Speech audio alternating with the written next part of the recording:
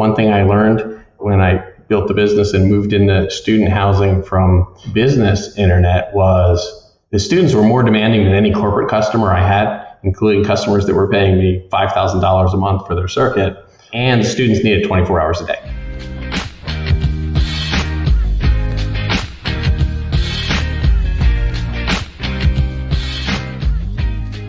Welcome to the Student Housing Insight Podcast, where we are putting you in touch with the people who bring student housing to life. I'm your host, Wesley Dees. I'm also the CEO and founder of Student Housing Insight. That's right. Student Housing Insight is not just a podcast. Rather, SHI is a platform for industry professionals to network, share data, and to just develop best practices for operating student housing facilities. If you want to learn more, go check us out at studenthousinginsight.com. Again, that's studenthousinginsight.com. We also produce the industry's monthly webinar that's focused on student housing operations. It's called Shop Talk. And it's not just led by me, it's led by a committee of C-suite and executive level industry veterans. So the content is always timely and relevant to what's going on in the industry.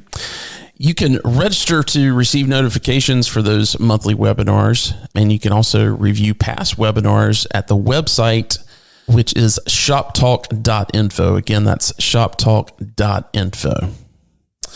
Well, today we've got another special Behind the Biz interviews, and this one is with Dan Myers. He's the founder and CEO of Dojo Networks. If you've never heard of Dojo Networks, they are a leading provider of high-speed internet, managed Wi-Fi, and network security services to the student housing industry. Their services are designed to meet the unique needs of student housing communities. And if you've been in the management of student housing for more than a week, you know how demanding those unique needs for internet at student housing communities are. But Dojo is all about providing reliable and secure internet access to those residents. There's really been a focus with them on innovation, and I've got to say just exceptional customer service. Dojo Networks has never lost a service contract that wasn't renewed.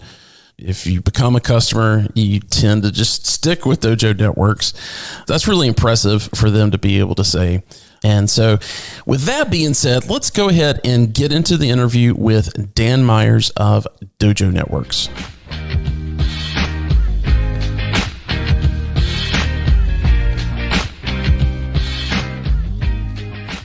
Well, Dan, welcome to the podcast. Hey, Wes. Thanks for having me. Thanks for inviting me. So I've seen the name Dojo around for, I think, just about my entire career. But you've kind of been around student housing for probably longer than I have. I don't know. I mean, so I was a student and I lived in student housing way back before the internet. So there's that. But yeah, we've been providing internet student housing for over 20 years now. So 2002 is when we started providing internet to first apartment buildings in State College, Penn State University.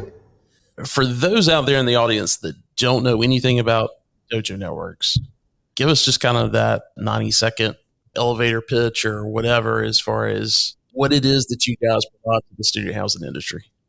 Sure.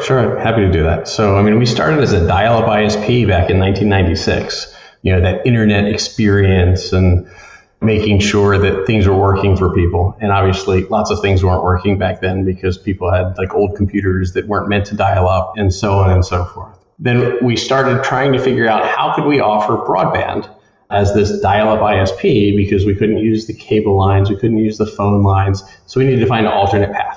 So we started working with wireless and testing wireless technology to beam bandwidth around pre-Wi-Fi. It uses the same 2.4 spectrum, but we were using it to go rooftop to rooftop.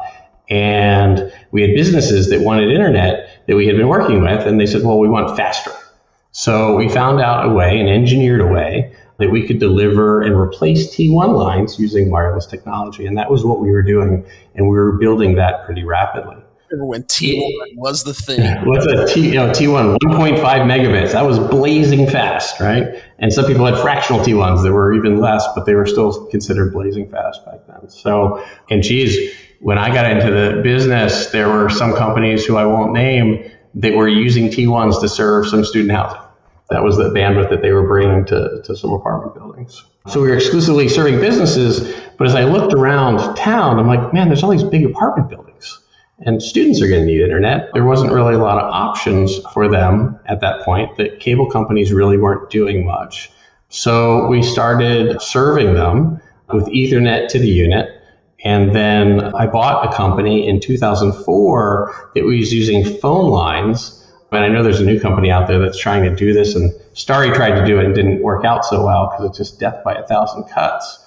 But at the time, we were taking internet to these buildings using microwave, and we were serving them using the phone lines, the existing phone lines, to put a modem and a router in their apartments. So we were doing some competitive sell.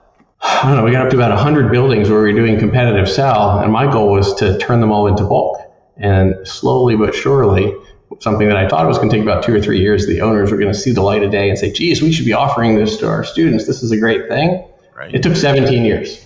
So after 17 years, I got 100% of them. They've all converted to bulk, and they're now all managed Wi-Fi. So, a little bit of time, a little bit of stick-to-itiveness, but we learned a lot. We learned what struggles the students had. We had learned what struggles the owners and the operators had.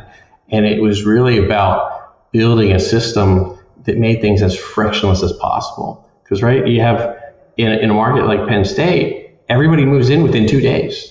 You've got to have everybody online. And we figured out when we were doing competitive sell how to turn on, thousands of students over those 2 days. But when we started deploying managed Wi-Fi, and when we started deploying in the buildings where I was doing this over the phone line service, I said, well, when you sign a contract with me, I'm going to come rewire your building. Yeah. So I'd come in and rewire the building, with Cat 6 or Cat 6A, so that we knew that we had a long path, and then we delivered fiber to the buildings, and then there were no outages, right? So no outages. We put managed GPS everywhere. So we figured out how to make the system super, super stable. And then we started integrating with the property management software to make it so that it was just touch-free for the operators. They had a resident move in, they just put them in their system. It integrated with our system. The resident got credentials, an email 2 weeks before they got there. Hey, here's how you get on the internet. Here's who you contact for support. And then 24 hours before they move in, they get a text message and says, hey, welcome to your apartment tomorrow. Here's your credentials to hop on the network. So now all of a sudden, I don't need techs running around buildings. Yeah. The resident shows up, the network's there, the network's working great. We're monitoring it. We know everything is the health of everything. And so it's great. And so we've been able to then scale that from the one market of State College to we're in 24 states today. And we're adding 100 properties a year. So that's kind of the evolution, as it were. The origin story kind of brings us up to date. As far as what you guys are deploying today, what does that typically look like in a student housing community? Yeah, so you're delivering fiber to the property. In most cases, you want to bring in a primary and a secondary provider because you just don't want to have outages. Not everybody can afford that increase in price, and they just have to be aware of the caveat. But so you're bringing fiber to the property. In most cases, you're bringing at least a 10 gigabit circuit, sometimes more, sometimes 20, sometimes 100, depending on the size of the property. And we're deploying typically gigabit, although we can also deploy multi-gigabit. Again, it's a price. Are you ready for the price to jump into multi-gigabit, or you to build the wiring structures that you can support it, and you replace the electronics down the road? So for the most case, we're seeing in student housing, most people are deploying gigabit, not because the students need it, but it's really a marketing thing, right? Oh, I've got gigabit. Because on 100 megabits, you can do 4K video streams, as long as you've got a good solid 100 megabits. But again, gigabit is the thing. So they'll pay a little bit extra to offer gigabit. We're deploying Wi-Fi 6 today. Most people are jumping over 6E and waiting for 7. So when Wi-Fi 7 comes out, we'll jump to Wi-Fi 7, which will be soon. I don't even think I've heard anybody talking about Wi-Fi 7 yet. Is that like a next year thing, or what is that?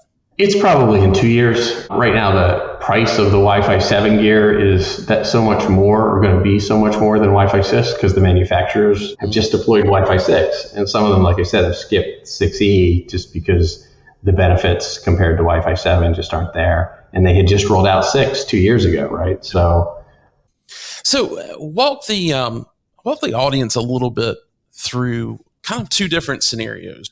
One, because we've got a lot of developers that listen to it. And so a lot of them are used to, bringing during that pre-development process, kind of bringing you guys into this.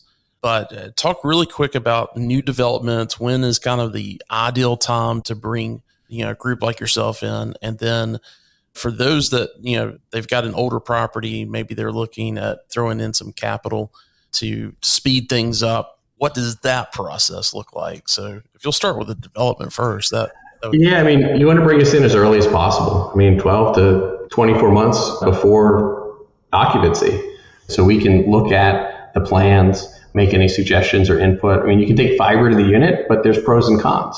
In most cases, the way we build is we're taking fiber to the property, we're taking fiber to all the data closets, and we're taking Cat 6A into the unit and not fiber into the unit, having a pathway to potentially replace it with fiber down the road.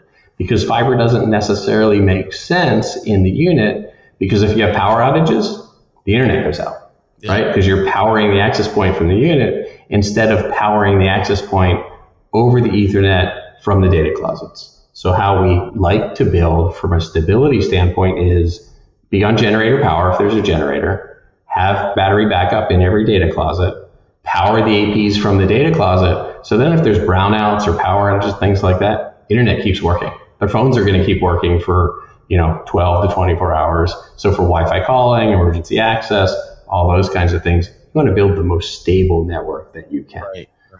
So that's the wired part. How about the wireless part? Is there, for a new development today, is there something specific you would recommend to folks?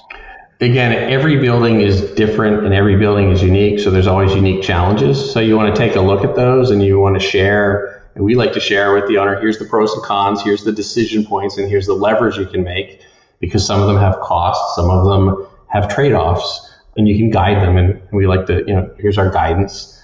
We also like to set up our proposals and our offers so they're sustainable, right? With Ruckus, which is our preferred manufacturer of hardware, and they're kind of the leading hardware manufacturer. Yeah, they had some supply chain issues during COVID, but they're still leading the industry in the apartment space and what the capabilities are around Ruckus. But there's a licensing fee, right? And so some operators will put it in, and when I say operators, I'm talking about MSPs or ISPs, will put that in the CapEx. So it gives you a 5-year license, but then at year 6, someone's got to come up with that licensing fee again. So I like to structure it where I don't put it in my CapEx and I put it in the OpEx, which maybe pushes up our monthly rate a little bit.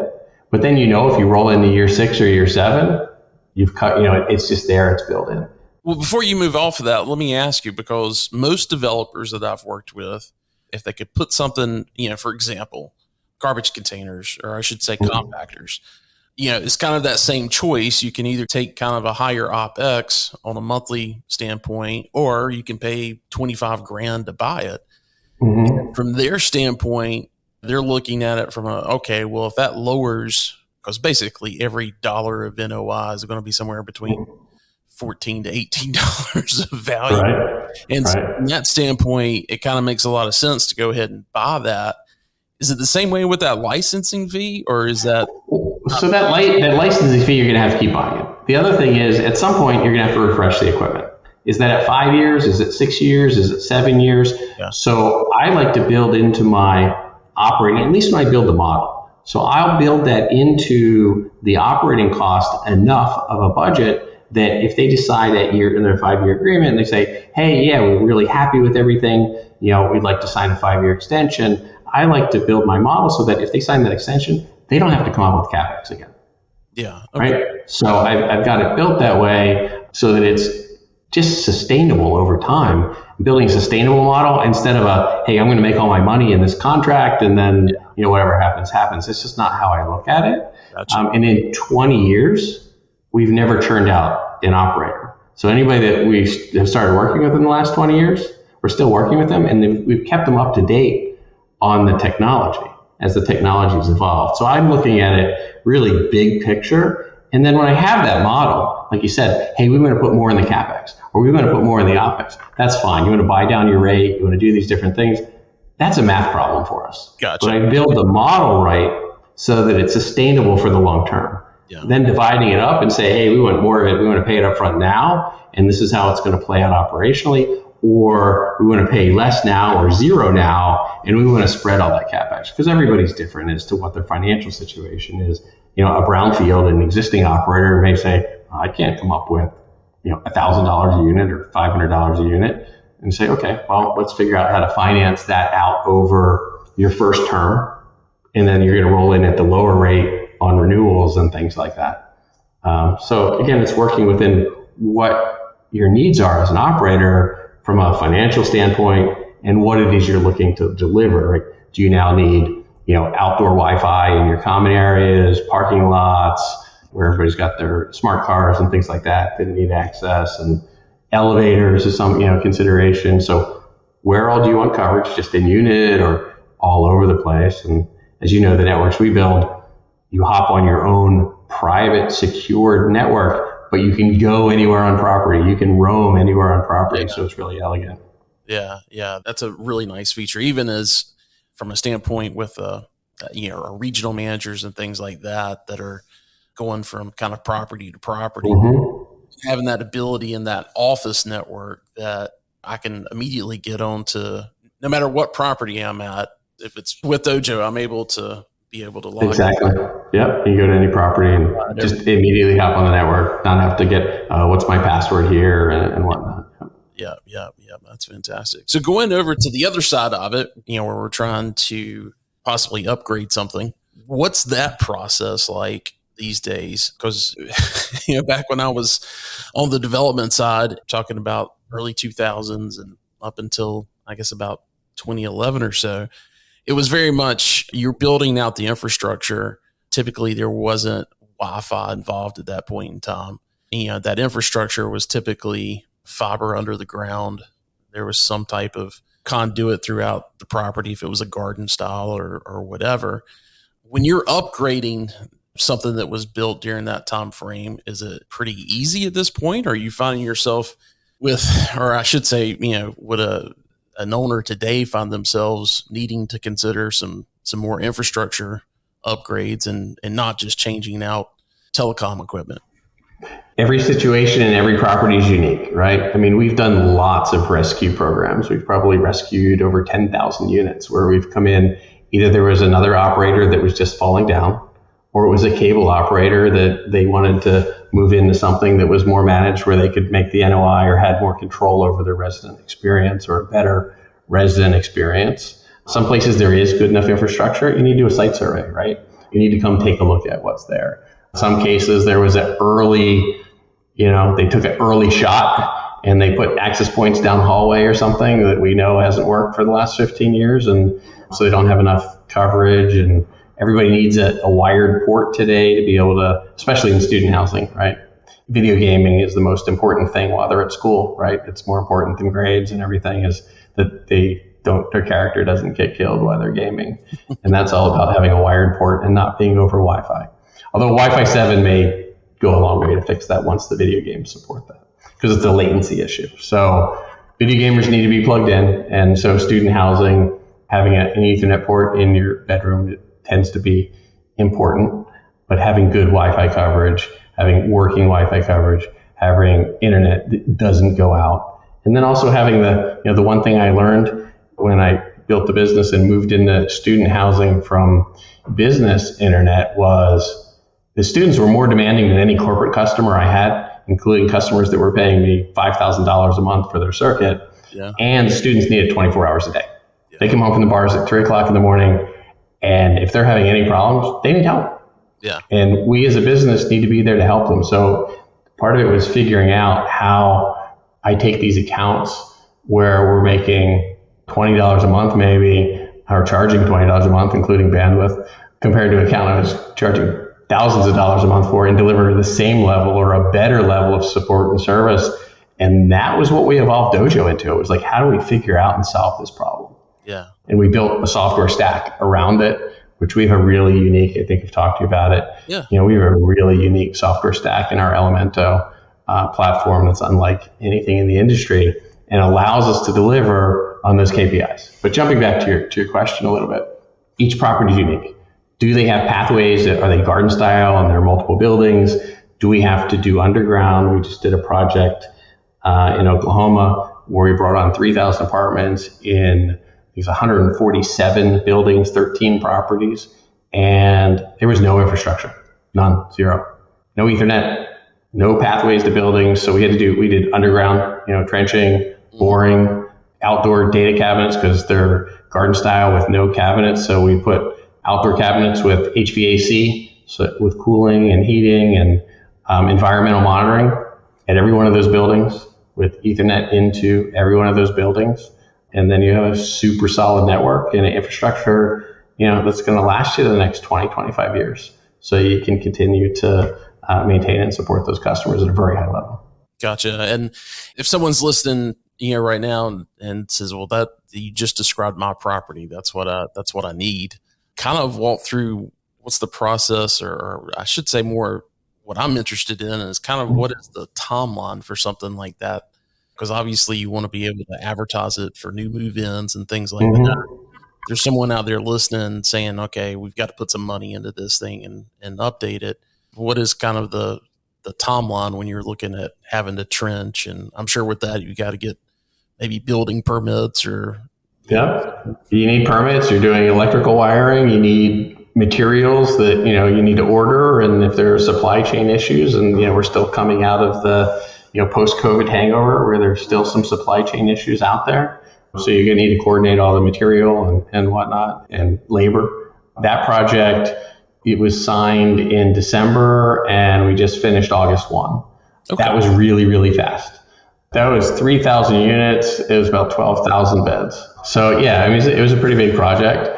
Typically I recommend, at least 12 months, signing a contract 12 months prior to wanting to go live. It doesn't always work out that way. Yeah. And if you have some existing infrastructure, for example, we just did a rescue takeover in Port St. Lucie, Florida. It's about 100 units, 2 buildings, but they are already wired pretty much for Ethernet. I think we found about a 30% failure rate on the Ethernet that they had that we had to repull. They had a really short timeline, but they actually already had bandwidth. So they already had a circuit to the property.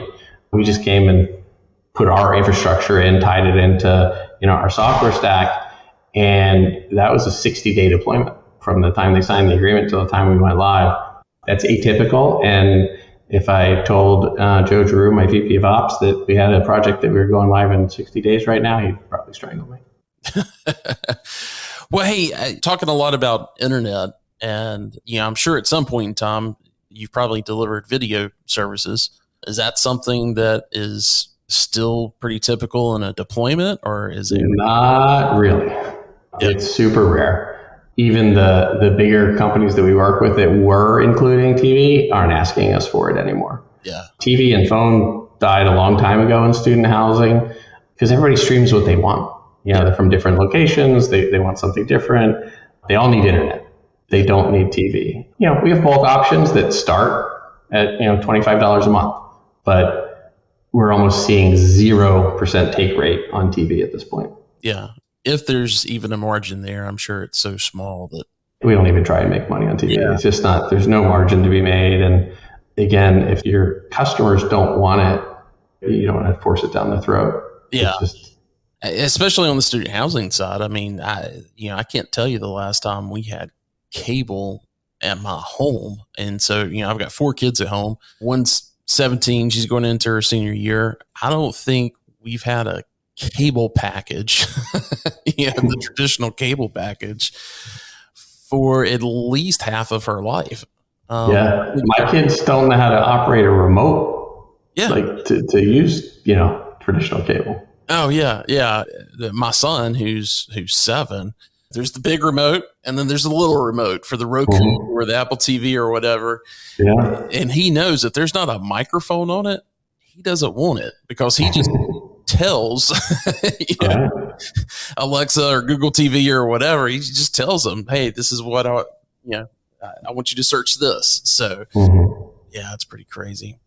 Well, I want to jump back to the brownfield a little bit because obviously there are some challenges, but we work with the owner to coordinate all of that. There's coordination because you potentially have people living there, right? So you have to do notifications and things like that to come through and do the work that you need to do. So, it's a little bit more challenging than new construction where there's nobody living there and you can kind of just be in a unit when you need to be in a unit to do what you need to do. Yeah. So let's talk about, a new acquisition. Is Dojo a group that I could call on to, if you've got experience with you in the past and we want to, we're looking at a new acquisition and we want to kind of figure out, do we need to add anything? Do we need to budget anything? Is Dojo a company that we can kind of knock doors on and say, hey, need you guys to come out to this particular property and tell us what we need? Absolutely. I mean, we have a site survey program where, depending on the size of the property, how many doors or how many beds or how many buildings and things like that, or, multiple properties in a market, where we'll come out and we'll do a site survey, put together a whole plan.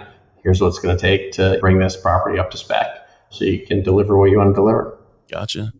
So are there any other trends on the horizon that you see for student housing?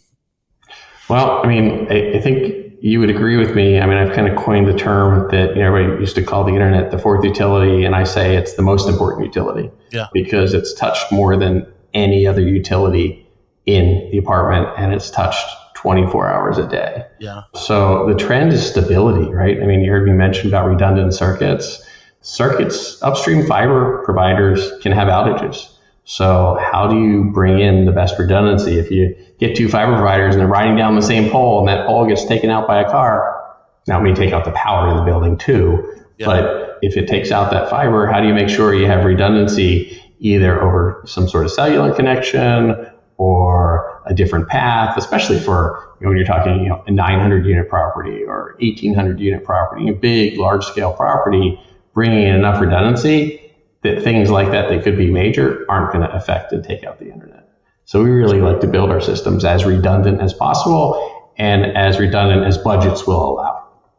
So I want to talk a little bit about IoT and a lot of things that I'm seeing with, smart devices, not necessarily the smart speakers and, or consumer type of things that residents may be using, but really from a standpoint of facility management, be it with, water detection sensors and thermostats and things like that. How are you guys approaching that these days? Is that something do you sanction off a part of the network for that, or what's kind of the process? So we've done some of that, and we've partnered with, again, there's a lot of, it's fractured the space all over the place, and there's different providers that have come and gone and had their different issues. But we work with, whoever you would select as a partner, and we don't charge, there's no fees for professional services. And what I mean by that is whatever you need, we're operating the network for you. So if we need to roll out a separate wireless network, or we need to provide some ports for connecting your access control system, or carrying your video traffic from data closets or buildings back to an MDF so you can have an NBR there, we'll carry that traffic segmented, like you said, separated across the network. It's not going to impact your network, but we've already put in the infrastructure. Why put it in twice, right? Yeah. And then from the Wi-Fi side, for thermostats and different devices, leak detection or locks, setting up separate either hidden SSIDs or whatever works with the partner that you've chosen to deploy that. We will work hand in hand with them to make sure their technology has the highway to get home, basically. Yeah. And then we give them insight.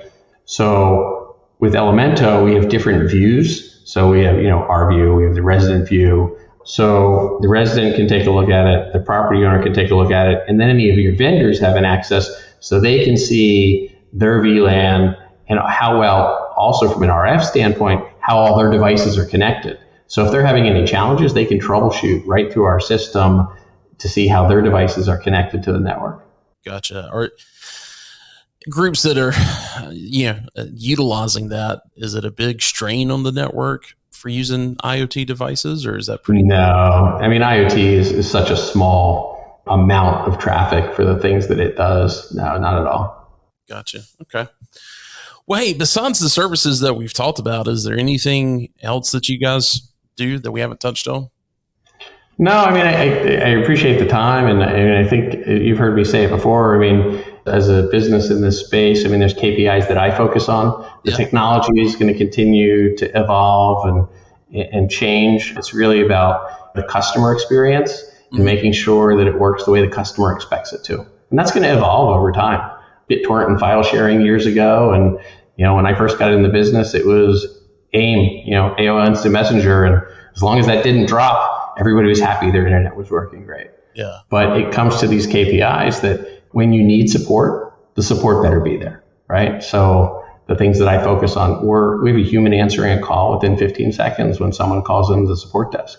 Yeah. Our average ticket solved within 8 minutes. It's about communicating with the customers, right? So if there's an outage because there's a fiber cut, message that out right away. They're getting that text message saying, hey, internet's out, there's a fiber cut, and here's our expected time for repair or whatever. And then you keep them updated.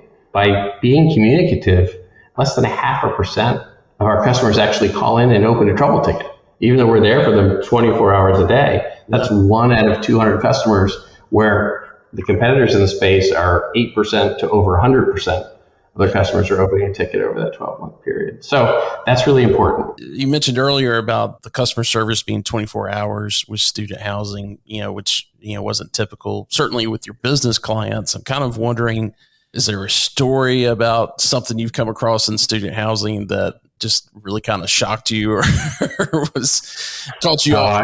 I've heard lots of stories about it. I'm sure, I've heard lots of crazy stories, but we had an outage at a property, high-rise property, at 2 a.m. The knock woke our engineer up at 2:02 and said, hey, we're seeing an outage on the 17th floor of this building. Starts looking into it, and 2:08 sees the 15th floor go offline. So our system actually shows us if there's any bad weather, if there are any power outages, because these are things that can cause an outage. Mm-hmm. And the building's up, it's just these 2 data closets have now gone offline. Calls the emergency contact at the property to see, are they doing some work on the property overnight, that they've taken the power down? Do they have a circuit breaker that maybe has tripped? Can't reach them.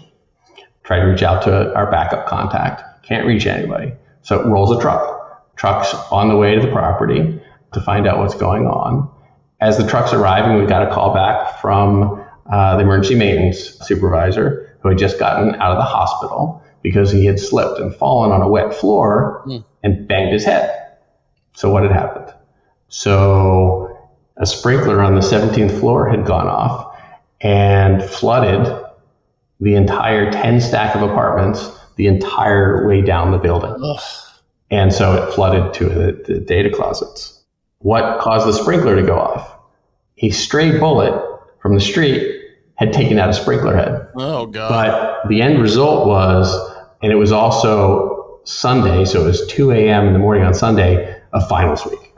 In a tall building, you've lost the top 2 floors, their internet's down in their apartment, there is internet in the rest of the building, but with spare equipment, because in our proposals and in every building, we keep spare equipment, not enough to replace the entire system, but we have spare parts. We were able to jury rig and get the entire building back up online by 1 p.m. in the afternoon. So, I mean, there was a bit of an outage, but it was kind of catastrophic. And we shipped spare parts, and that Wednesday overnight, we put the whole building back the way that it was. So it's crazy things will happen.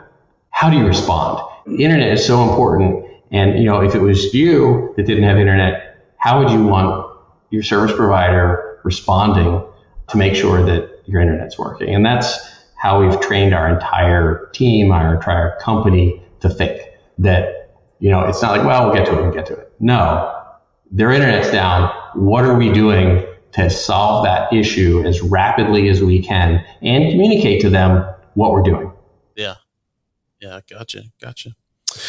Well, Dan, I appreciate it. It's been fantastic getting to know you this past year as we've been involved with a couple of things, and I've been familiar with your name, for a long period of time, and of course the Dojo brand, and it's been fantastic seeing you guys grow. And I love Penn State, but I'm glad you've been able to move to Florida. It's hot down here, I'll tell you that. Is that pretty much where you guys are based now, is in Florida, or are you pretty much everywhere?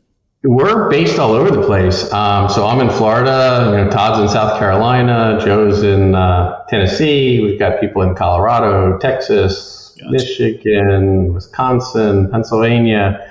So we still have a home office in Pennsylvania, but we're spread out all over. And, we're just adding people. We have lots of contractors that we work with that we've got really tight relationships because we've done so many projects with them. Sure. So we've got people and in every city that we go into, because we're going into new cities all the time. So we've got really tight relationships with people in every town and city that we're going into. Great. Fantastic. So if someone's listening to this, they want to reach out to you, obviously we'll put your contact information and everything in the show notes, but website really quick. Yep. Dojo Networks. So DOJO Networks, NETWORKS.com. Perfect. Well, thanks so much. And we'll talk to you soon. Sounds great. Thanks, Wes. Have a great day. See you.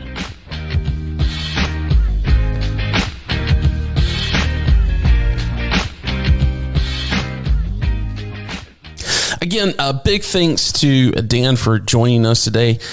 I've been in the industry for close to 27 years now, and I've met all of Dan's competitors. I won't name them, but if you've been in the industry, you know who they are. And managers are always tell me about any bad experience they have with their residents' internet service. And my first question to that is always, okay, who's the provider? And I've got to tell you, Dojo has never been one of those responses.